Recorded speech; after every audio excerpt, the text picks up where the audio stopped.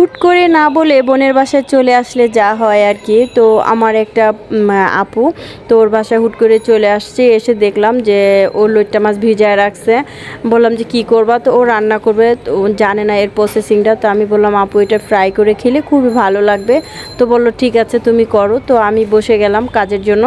তো বসে নুন, হলুদ, ধনিয়ার গুঁড়ো, পেঁয়াজ কুচি আর হচ্ছে ধনিয়া পাতা কুচি, একটু রসুন, এগুলো নিয়ে আমি সুন্দর করে এগুলোকে মেরিনেট করে মাখিয়ে নিচ্ছি। মেরিনেট করে 20 মিনিটের জন্য রেখে দিতে হবে। একটা ফ্রাই প্যান নিতে হবে, ফ্রাই প্যানের মধ্যে এগুলোকে ভাজা ভাজা করে নিতে হবে। কিন্তু ওই এক পিঠ ভাজা লাল লাল হয়ে গেলে আমি এটাকে উল্টে দিব আলতো হাতে। তো ওখান দিয়ে উল্টানোর কিছুক্ষণ পরেই আমি এটার মধ্যে দিয়ে দেব হচ্ছে সেই প্লেটটা ধোয়া একটু পানি। পানি দিয়ে একটু নাড়চাড় করে নামিয়ে ফেলবো। এটা অত্যন্ত সুস্বাদু এবং মজাদার একটা খাবার, আয়রনে ভরপুর। আপনারাও খাবেন, আমাকে কমেন্টে জানাবেন কেমন হয়েছে। আজকের মতো এই